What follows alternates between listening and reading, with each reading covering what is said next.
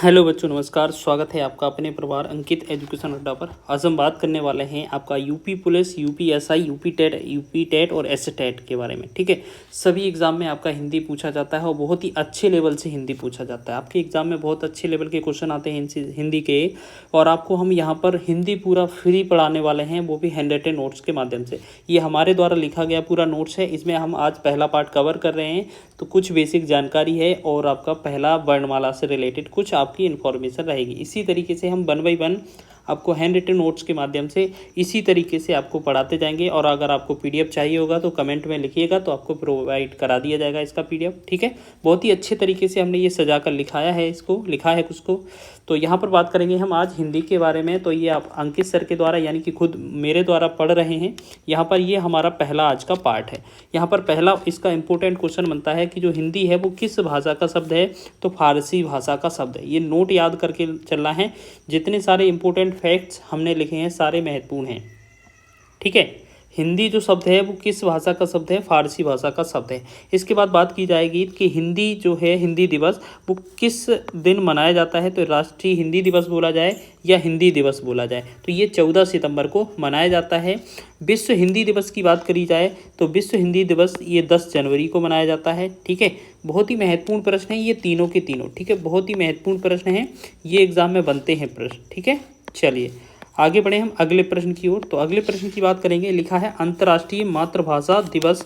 कभी कभार क्या है, बच्चे कंफ्यूज हो जाते हैं कि हिंदी दिवस के बारे में पूछा है कि मातृभाषा दिवस के बारे में पूछा है। तो ये अंतर्राष्ट्रीय इंटरनेशनल है और मातृभाषा दिवस है, तो ये हमारा 21 फरवरी को मनाया जाता है। भारतीय संविधान में हिंदी को मान्यता कब मिली थी, तो ये 14 सितंबर 1949। तो ये डेट याद रख लेना, कभी कभार ये डेट भी पूछ ली जाती है, तो महत्वपूर्ण है ये वाला डेट भी। ठीक है, चलिए इतना समझ में आ गया। चलिए आगे बढ़ेंगे हम आगे अगले प्रश्न की ओर। अब बात कर लेते हैं हिंदी का जो क्रम होता है वो किस तरीके का है। हिंदी का जो क्रम है वो किस तरीके से है, पहले क्या आया फिर क्या आया। तो हिंदी की बात की जाए, हिंदी के उद्भव या हिंदी का विकास जो है वो किस क्रम में हुआ। तो सबसे पहले बात की जाए हिंदी की, तो हिंदी में सबसे पहले संस्कृत आई। संस्कृत से पाली भाषा का जन्म हुआ। पाली से आपका प्राकृत का जन्म हुआ। प्राकृत के बाद अपभ्रंश के बाद अवहट, और वर्तमान में हम किस रूप में पढ़ रहे हैं, हिंदी में। ठीक है, तो आपने देखा किस रूप से, हिंदी से यहाँ संस्कृत से हिंदी आने में आपको क्या क्या स्टेप देखना पड़ा। पहले संस्कृत, फिर पाली, प्राकृत, अपभ्रंश, अवहट और हिंदी। ठीक है, सारे महत्वपूर्ण है एग्जाम की दृष्टि से, तो याद रखिएगा। आपसे कभी कभार इसमें सीक्वेंस लगाने को मिल सकता है, ये क्रम से लगाने को मिल सकता है, तो आप देख लीजिएगा। इसको बढ़ते क्रम में और घटते क्रम में दोनों तरीके से देख लेना है। ठीक है ना, चलिए आगे बढ़े नेक्स्ट टाइप की ओर, नेक्स्ट पॉइंट की ओर। नेक्स्ट पॉइंट हमारा क्या है, क्वेश्चन में क्या लिखा है, ब्राह्मी लिपि। ब्राह्मी लिपि की बात की जाए तो यहाँ से भी क्वेश्चन बनता है।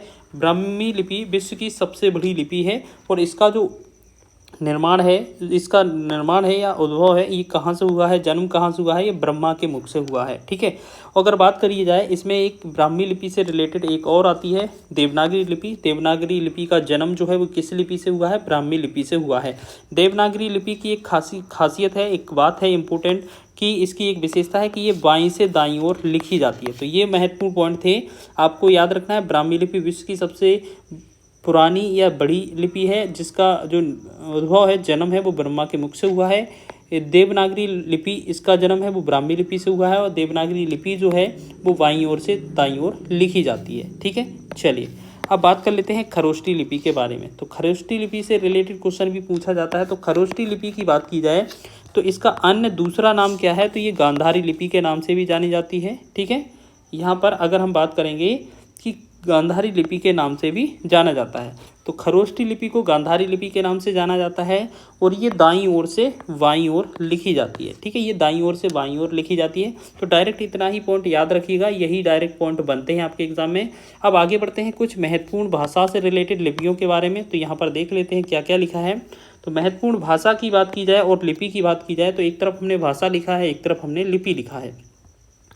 तो पहले बात करेंगे हम हिंदी की, संस्कृत और मराठी। हिंदी, संस्कृत और मराठी की जो लिपि है वो कौन सी है, देवनागरी लिपि है। ठीक है, ये कौन सी लिपि है, देवनागरी लिपि है, जो कि बाईं ओर से दाईं ओर लिखी जाती है, लेफ्ट टू राइट लिखी जाती है। अगर बात करेंगे हम गुजराती लिपि की, तो गुजराती भाषा की जो लिपि है वो गुजराती लिपि है। बंगाली भाषा की लिपि की बात की जाए तो ये बंगाली लिपि है, ठीक है। तो ये तो आसान है बहुत, बिल्कुल नाम में ही छिपी है इनकी। ऐसे ही कुछ और महत्वपूर्ण हैं भाषाएं, जैसे असमिया की बात की जाए तो ये असमिया लिपि है इसकी। उड़िया की बात की जाए तो इसमें उड़िया लिपि है, तो ये भी नाम में ही छुपी है। हाँ, ये क्वेश्चन आपका महत्वपूर्ण है, पंजाबी जो भाषा की लिपि है वो पंजाबी की कौन सी है, गुरुमुखी लिपि। तो ये आपका महत्वपूर्ण है, ठीक है। पंजाबी गुरुमुखी लिपि, पंजाबी भाषा की जो लिपि है कौन सी है, गुरुमुखी लिपि। अगर बात करेंगे उर्दू की, तो उर्दू की भी महत्वपूर्ण है। उर्दू की क्या है, फारसी, या हम कह सकते हैं अरेबिक लिपि, अरेबिक लिपि। तो ये भी महत्वपूर्ण है, एग्जाम में बन सकता है, ठीक है। चलिए अब कुछ और है महत्वपूर्ण, ये भी देख लीजिए। डायरेक्ट अगर एग्जाम में बना तो क्वेश्चन इन्हीं से बनेगा। चलिए, यहाँ तमिल भाषा की अगर लिपि पूछा जाए तो ये तमिल लिपि है। तेलुगु भाषा की अगर लिपि पूछा जाए तो ये तेलुगु लिपि होती है। उसके बाद कन्नड़ भाषा की तो ये कन्नड़ लिपि है, कन्नड़ लिपि है। तो ये तो डायरेक्ट नाम में ही छुपी है। अब बात करें थे मलयालम लिपि की, तो ये भी मलयालम लिपि है, तो ये भी नाम में ही छुपा हुआ है, ठीक है। अब बात करते हैं इम्पोर्टेंट सिंधी लिपि की।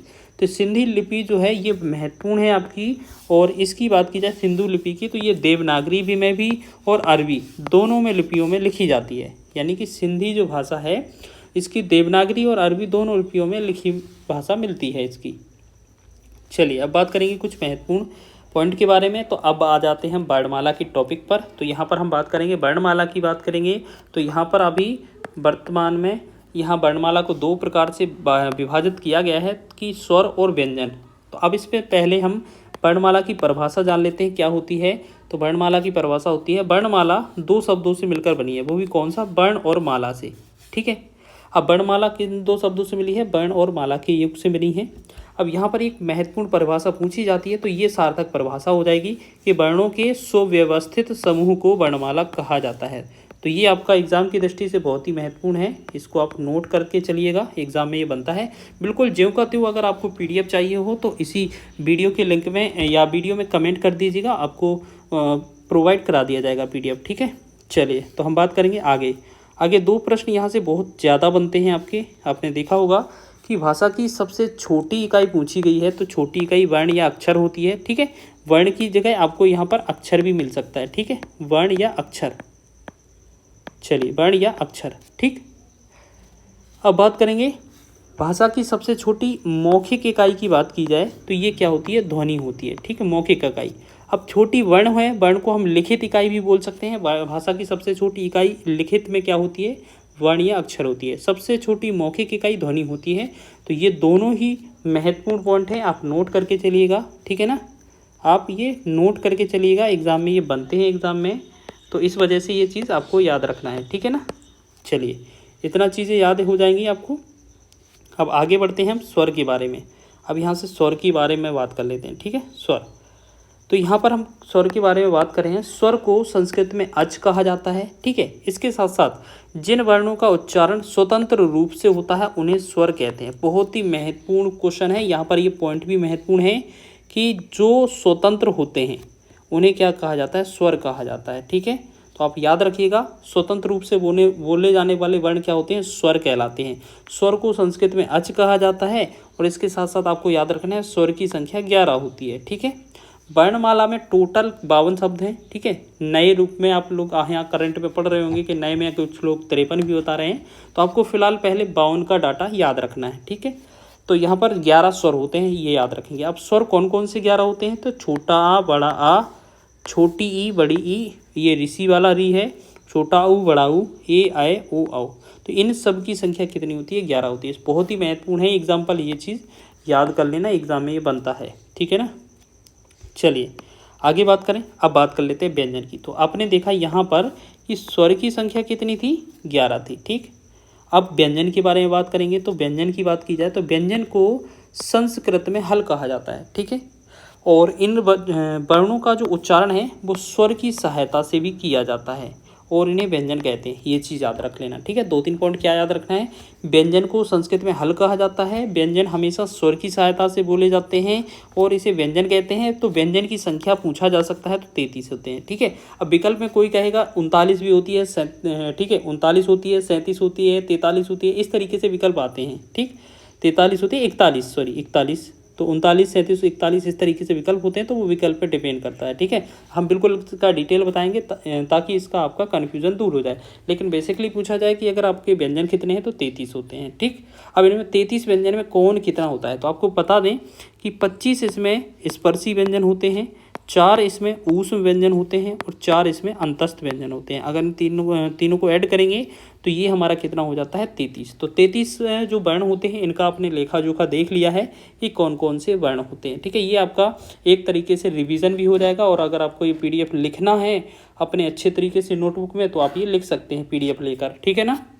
चलिए, अब अंतस्थ व्यंजन की बात करेंगे। तो यहाँ पर हम बात करते हैं व्यंजन क्या होता है कि बिना स्वर के नहीं बोला जाता, यानी कि विथ स्वर के बोला जाता है। तो आपने देखा होगा का हम इस तरीके से लिखते हैं, लेकिन इसका वास्तविक अगर देखा जाए तो का ह्रस्व होता है, इसके साथ एक आ लगा होता है। जब ये दोनों मिलते हैं तो ये का बनता है। तो यानी कि इसमें एक व्यंजन के साथ एक स्वर लग रहा है। ऐसे माँ ह्रस्व है, छोटा माँ है, और इसमें आ हमारा लग रहा है, तो इसे हम माँ कह सकते हैं। तो इसका मतलब क्या है, ये जो स्वर की सहायता से बोले जाने वाले शब्द हैं, जैसे का हो गया, माँ हो गया, रा हो गया, इन्हें हम क्या कहते हैं, व्यंजन कहते हैं। ठीक है, इन्हें हम क्या कहते हैं, व्यंजन कहते हैं। इन्हें का नाम क्या है आपको पता, याद रखना, ये क्या है, व्यंजन। ठीक है, तो ये व्यंजन क्या होते हैं, स्वर की सहायता से बोले जाते हैं। चलिए, अब बात करेंगे कुछ महत्वपूर्ण पॉइंटों की जो कि एग्जाम में बनते हैं। ठीक, एग्जाम में आएंगे तो आप इन्हें निश्चित तरीके से कर रहे होंगे।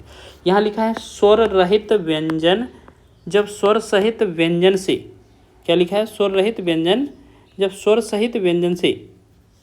तो यहाँ पर पॉइंट क्या याद रखना है, जब स्वर रहित व्यंजन स्वर सहित व्यंजन से मिलता है तब वह संयुक्ताक्षर कहलाता है। तो जब स्वर रहित वाला व्यंजन है स्वर सहित वाले व्यंजन से मिलता है तब वह संयुक्ताक्षर कहलाता है। और ये जो एग्ज़ाम में पूछा गया था हाल ही के, तो बहुत ही महत्वपूर्ण है। ये आपके यूपी पुलिस में भी पूछा जा चुका है, यूपी टेट में भी क्वेश्चन पूछा जा सका है। ठीक है ना।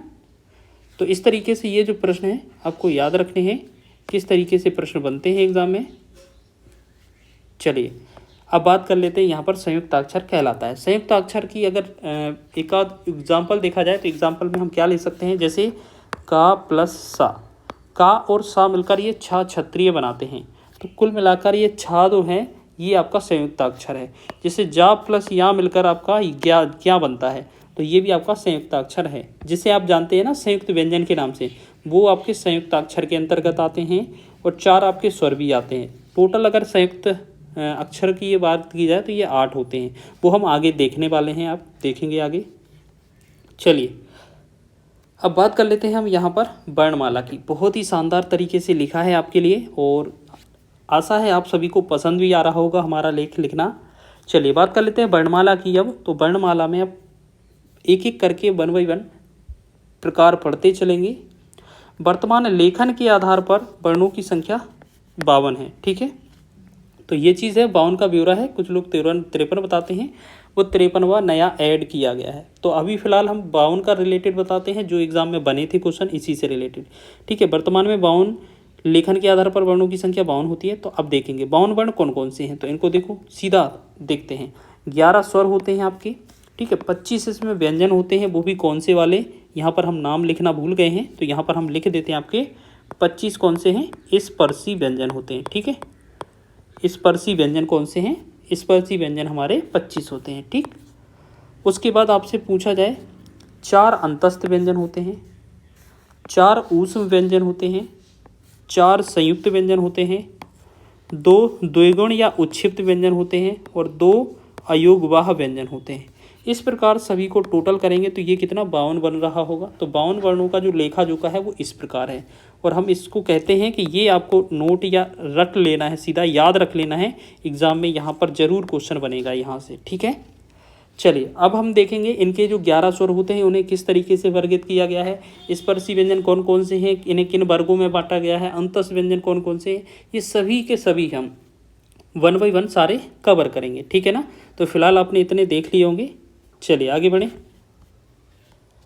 अब बात कर लेते हैं स्वर का वर्गीकरण के बारे में। तो सबसे पहले स्वर का वर्गीकरण करेंगे अगर हम, तो सबसे पहले किस टाइप से करेंगे, तो आपका स्वर का जो वर्गीकरण है सबसे पहले उच्चारण के आधार पर स्वर का वर्गीकरण करेंगे। तो उच्चारण के आधार पर पहले वर्णों की संख्या की बात की जाए तो ये 45 वर्ण होते हैं, जिसमें उच्चारण के आधार पर अगर स्वर की वैल्यू पूछा जाए तो स्वर की संख्या पूछा जाए तो 10 होती है। इसमें री को स्वर नहीं माना जाता है, तो हम कह सकते हैं उच्चारण के आधार पर 10 स्वर होते हैं कौन, ठीक है। फिर अगर इसमें बात की जाए, अगर उच्चारण के आधार पूरे टोटल वर्णों की संख्या पूछा जाए तो 45 होती है, ठीक है ना। लेकिन इसमें स्वर की बात की जाए तो 10 होते हैं। द्विगुण व्यंजन की बात की जाए तो 2 होते हैं। स्पर्शी व्यंजन की बात की जाए तो 25 होते हैं। ऊष्म व्यंजन की बात की जाए तो 4 होते हैं। और अंतस्थ व्यंजन की बात की जाए तो 4 होते हैं।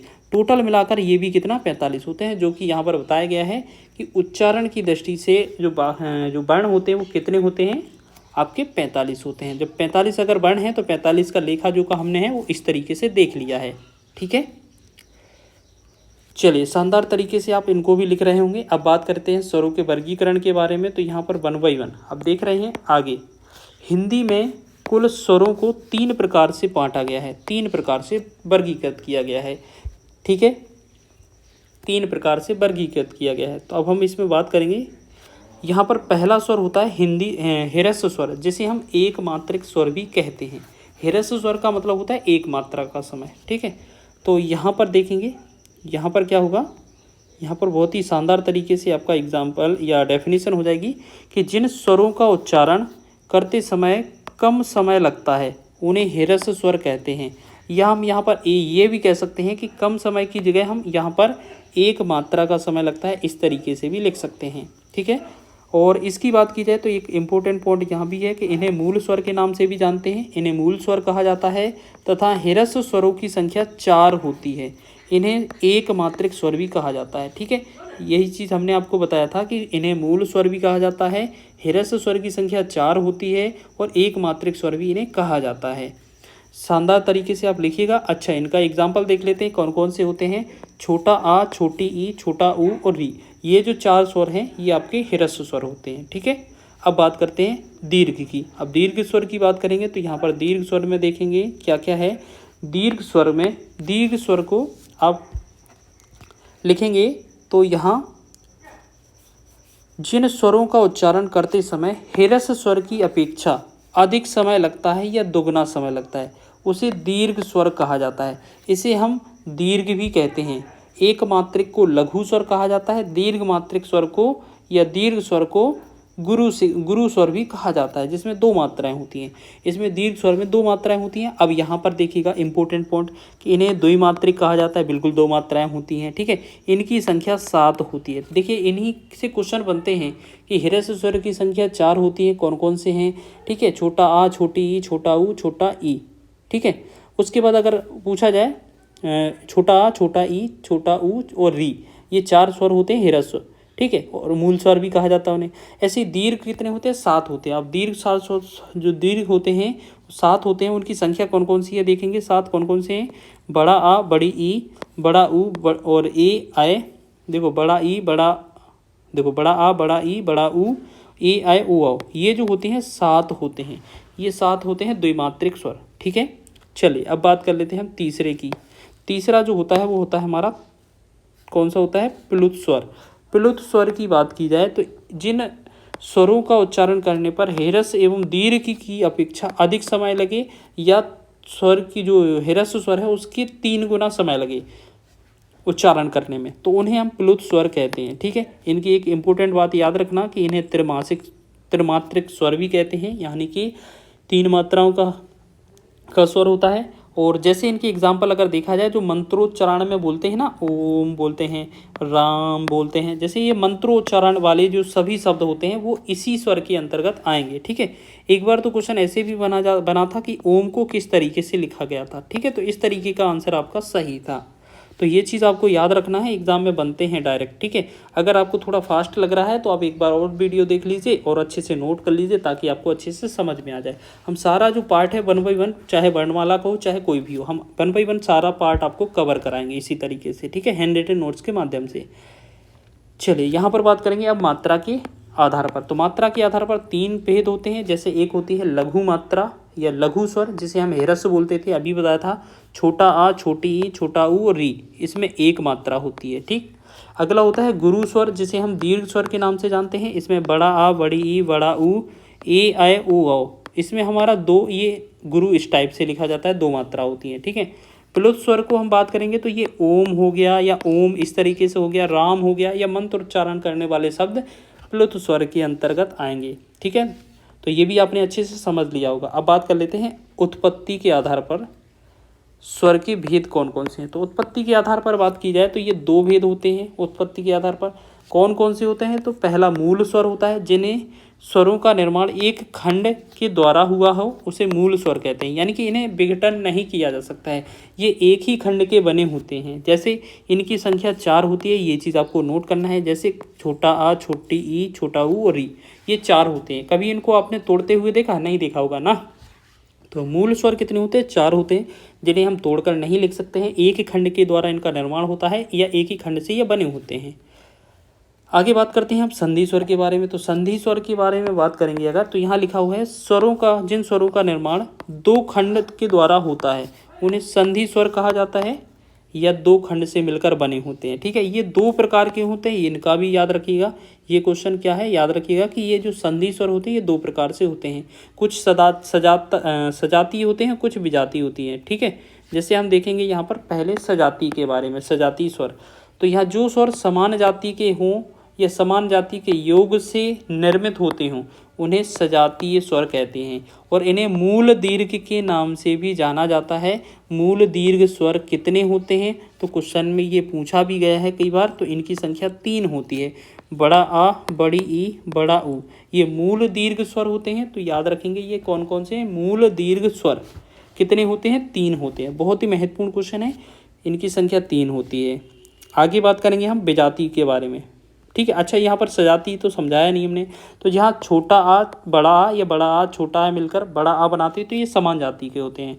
जैसे छोटी बड़ी, बड़ी छोटी इस तरीके से होता तो भी बड़ी, और छोटा ऊ बड़ा ऊ, और बड़ा ऊ छोटा ऊ होता तो ये भी हमारा सजाती होता। लेकिन आ प्लस ई मिलकर, जैसे आपने देखा होगा, आगे हम पढ़ेंगे कि आ प्लस ई मिलकर अगर हम बनाएंगे, अगर आ प्लस ई मिलकर अगर हम बनाएंगे, आ प्लस ई मिलकर, तो ये आपका ए बनेगा। तो ये जो आपका स्वर होगा, ये स्वर तो होगा ही, लेकिन ये आपका विजाति में आएगा, ठीक है। तो यहाँ पर ये हम नहीं लिखेंगे, अब इसको हम इरेज करेंगे, ठीक है। चलिए, तो इसको हम क्या करेंगे, इसको भी हम इरेज कर देंगे, ठीक है। चलिए आगे बढ़ें। अब विजाती स्वर की बात कर रहे थे, तो हमने को कहा था कि अब विजाती बारे में बात करेंगे। तो विजाती स्वर क्या होते हैं? ये विभिन्न जाति के होते हैं, अलग अलग होते हैं, अलग अलग मिलकर बने होते हैं। जो स्वर विभिन्न जाति के योग से या विभिन्न जाति के वर्णों के योग से निर्मित होते हैं उन्हें विजाती स्वर कहा जाता है। इनकी संख्या 4 होती है। तो ये महत्वपूर्ण पॉइंट है। अब 4 कौन कौन से हैं तो ये देख लीजिए, ठीक है। यहाँ पर ए, आए, ओ, आओ, ये 4 जो होते हैं विजाती होते हैं। जैसे यहाँ पर विजाती कैसे पहचानेंगे, यहाँ छोटा आ और छोटी ये अलग जाति के मिल रहे हैं, ये बना रहे हैं। छोटा आ और ए मिलकर आय बना रहे हैं, छोटा आ और ऊ मिलकर ओ बना रहे हैं, छोटा आ और ओ मिलकर आओ बना रहे हैं। तो ये अलग अलग जुड़कर ये 4 शब्द जो हैं ये बने हैं। ये आपके स्वर तो हैं ही, लेकिन विजाती स्वर के अंतर्गत आएंगे। इन्हें आप संयुक्त स्वर के नाम से भी जानते हैं, संयुक्त वर्ण, संयुक्त स्वर या संयुक्त अक्षर के नाम से, ठीक है। तो संयुक्त स्वर की संख्या कभी कभार पूछा जाए तो संयुक्त स्वर की संख्या कितनी होती है? 4 होती है। लेकिन संयुक्त व्यंजन की संख्या भी कभी पूछा जाए, अगर एक हम यहाँ पर नोट लिख देते हैं कि अगर आपसे संयुक्त व्यंजन की भी संख्या पूछा जाए, संयुक्त व्यंजन, तो आप ये कहेंगे कि संयुक्त व्यंजन भी कितने होते हैं? 4 ही होते हैं। वो कौन सा होता है? छ, त्र, ज्ञ और स्रा। और यहाँ पर ये आपके 4 ये हो जाएंगे, ये वाले। तो ये भी याद रखिएगा, एग्जाम में ये बनते हैं, सीधा नोट कर लेना इनको, ठीक है। चलिए, अब नोट आपको याद रखना है। यहाँ पर ये चीज़ हम बता चुके हैं कि संयुक्त वर्णों की जो संख्या होती है वो टोटल 8 होती है, जिनमें 4 स्वर होते हैं और 4 ही व्यंजन होते हैं। हम ऊपर लिख भी चुके हैं। चलिए इसका डिटेल भी लिख देते हैं। जैसे यहाँ पर ए, आए हो जाएगा, ओ और आओ हो जाएगा। तो ये आपके 4 संयुक्त स्वर हो जाएंगे। और ऐसे ही संयुक्त व्यंजन 4 हैं, तो वो कौन सा हो जाएगा? पहले क्षत्रिय वाला हो जाएगा, फिर त्रा हो जाएगा, फिर ज्ञा हो जाएगा और फिर स्रा हो जाएगा, ठीक। तो ये 4 व्यंजन के अंतर्गत आ जाएंगे। अपन से अगर पूछा जाए कि संयुक्त वर्णों की संख्या कितनी है तो टोटल 8 ही बताएंगे, ठीक है, जिसमें 4 स्वर और जिसमें 4 व्यंजन होते हैं, ठीक है ना। चलिए अब बात कर लेते हैं नेक्स्ट टाइप की ओर। अब नेक्स्ट टाइप की ओर बढ़ेंगे तो हमारा है जिह्वा या प्रयत्न के आधार पर स्वर। तो जिह्वा या प्रयत्न के आधार पर स्वर की बात करेंगे हम, तो यहाँ पर देखने वाले हैं हम इसमें स्वर का प्रकार।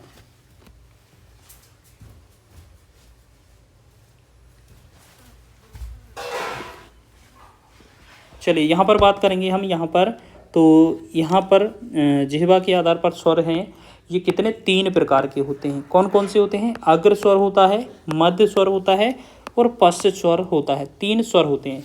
अब इनका बात कर लेते हैं। इनका कभी कभार पूछा जा सकता है इनसे रिलेटेड कि कौन सा अग्र स्वर है, कौन सा मध्य स्वर है। ठीक है, अग्र स्वर की बात की जाए तो जिसमें या जिन स्वरों में या जिन स्वरों के उच्चारण में जीव का अग्रभाग या आगे का भाग कार्यरत हो उसे अग्र स्वर कहा जाता है। जैसे आपने देखा हो छोटा ई, छोटी ई, बड़ी ई, ए और आय, ये 4 शब्द ऐसे हैं, इनका उच्चारण करेंगे तो आपके जीव का अग्रभाग कार्यरत होगा।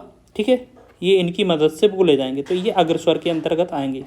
मध्य स्वर की बात की जाए तो इसमें जीव का मध्य भाग कार्यरत होता है। जब भी आप ये वर्ण उच्चारण करेंगे तो जीव का मध्य भाग इसमें काम करेगा, तो ये छोटा आ अकेला होता है। ठीक है, अब इसमें कुछ और रह गए हैं, जैसे यहाँ पर पश्च स्वर के बारे में। ठीक है, तो यहाँ पर हम बात करेंगे पश्च स्वर की। तो यहाँ पर वे स्वर होते हैं जिनके उच्चारण करने में जीव का पिछला भाग कार्यरत होता है। ठीक है, पिछला भाग कार्य करे। तो पश्च स्वर के उदाहरण देख लीजिए, बड़ा आ, छोटा ऊ, बड़ा ऊ, ओ और आओ। ठीक है, तो ये चीज़ आपको याद रख लेनी है। ठीक है, तो इस तरीके से हमने शानदार आपके प्रश्नों के जवाब दिए हैं और ये वर्णमाला का हमारा पहला पार्ट कवर हो चुका है। ठीक है, ये हमारा वर्णमाला का कौन सा पहला पार्ट था। ठीक है, और आशा है आपको ये सभी जो पार्ट है, पहला पार्ट है हमारा, पसंद आया होगा। तो इसी तरीके से आपको अगर वीडियो चाहिए हो, डेली चाहिए हो, तो आप कमेंट कर दीजिएगा। हम 1 बाय 1 पार्ट करके छोटा छोटा थोड़ा थोड़ा लिख कर आपको इम्पोर्टेंट क्वेश्चनों के साथ पूरा प्रोवाइड करा देंगे। यूपी पुलिस हो चाहे यूपीएसआई हो। ठीक है, हर एग्ज़ाम के लिए महत्वपूर्ण होगा। तो आशा करते हैं आपको ये वीडियो पसंद आया होगा, और वीडियो अच्छा लगा है तो वीडियो को लाइक करें, शेयर करें, और चैनल पर बने रहने के लिए धन्यवाद। और अगर चैनल पर नए हैं तो चैनल को सब्सक्राइब कर लीजिए। और मिलते हैं नेक्स्ट वीडियो में, तब तक के लिए जय हिंद।